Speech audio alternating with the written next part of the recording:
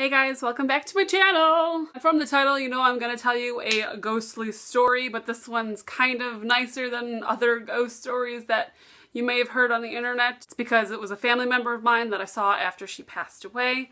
I want to get into some backstory to it. Hopefully I don't become emotional. When I was in college, my freshman year, my grandmother died on my birthday. My birthday is on October 5th, and it also happens to be my mom's birthday, as I was born on her 30th.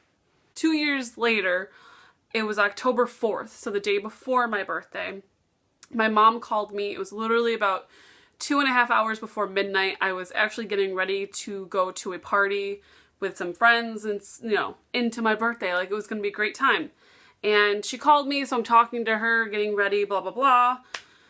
And we get off the phone, and I go about my dorm. I'm in my dorm, and I get a text a couple minutes later from my mom after getting off the phone with her. And the text, which was not, and now she says she shouldn't have done it this way, but it was just a text saying that my great Aunt Helen had passed away. But more, she was like my third grandma. I was very, very, very, very close to her. She meant the world to me, and I didn't see this one coming. She was older. She was in her 80s, late 80s, and I think it was, she was, try not to get emotional, okay? She was in the hospital, but she was getting better, and they were basically saying like that weekend she was gonna get released, but during the week, because I think my birthday fell on a Thursday or something, she went. I really feel like she just wanted to go, whatever, however it works. And so I get this text, and I'm like, excuse me? Like, I was just talking to my mother, everything was fine, why is it now someone's passed?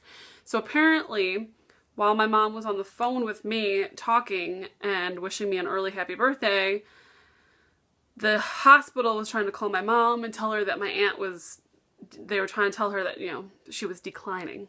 So she passes away, then it's my birthday, and then there's a weekend, like, my birthday was like, I think it was on a Friday that year, however it went, and then that weekend, like my birthday weekend, I had plans to go out with friends and do stuff there. It ended up not happening. And then the following weekend, I had promised my great aunt that I would be coming home to visit her, and instead of going home to visit her that weekend, I was there for her funeral, and I did the eulogy.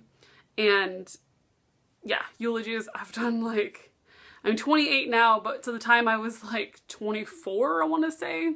I've done about 6 eulogies, and they never get easier, and they suck, but it's my way of like, you have to. You know what I mean? Like, someone's got to step up, so I'm usually the one that does it. So I go back to school after her funeral that weekend. I go back to school, and I'm a mess, obviously, because I just lost someone who was so, so dear to me, and it was unexpected, even though even in her old age, it just wasn't, I just didn't think it was happening like that quickly, and yada yada, all that stuff. And I go to bed one night, and I remember I'm in a dream. This is what I remember of this. I'm in a dream, and literally, something's telling me to turn around. Everything fades away. I turn around, and everything's just kind of white. And I saw my Aunt Helen standing there, and I walk over, and I hunch down because we called her Little Ellen. She was very, very short. This is her nickname, Little Ellen. She was literally like, her head, I think, I'm 5'7", and her head came up to like my boobs. Walk over, and I have to like bend down really far because she's so damn short. And I start bawling in this dream, and all I say to her is, I miss you so much. And she just says back to me, everything is going to be okay. And I wake up, and I'm literally crying in real life, like I had been crying in my sleep. I sat in bed, and I cried for a little while because I just missed her, and I knew it was her. I have had dreams where I've had family members who've passed be in them, but I know it's not them, if that makes any sense.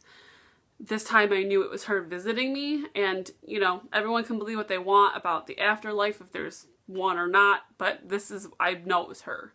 So that's basically the story. I'm trying not to cry right now. And I have this picture of her, moments, again, I need a moment. This picture of her is not the best, but it's the one I posted around, I always post on Facebook. on the 4th for her, and then the 5th for my grandma. Just saying, like, I was so lucky to have them. But this is my Aunt Helen, and I'm sorry, I know it's kind of shiny. And you can tell late 80s or early 90s, that's when this photo was taken. And it's made me laugh because she was literally the slowest eater in the world. Like, she really took her time eating. Wish I could say the same for myself. But that's her. And I know she's always, you know, around. And she knows I miss her. So that's my paranormal spirit family member visiting me story. I hope you enjoyed it. If you did, give me a thumbs up. If you'd like to subscribe and stick around these parts of YouTube woods, that would be great. And I hope you have a really great day whenever you're watching this. I hope it's beautiful and filled with love, and call somebody that you really care about and tell them you love them, because you just never know. Anyway, that's all. See you guys later. Bye.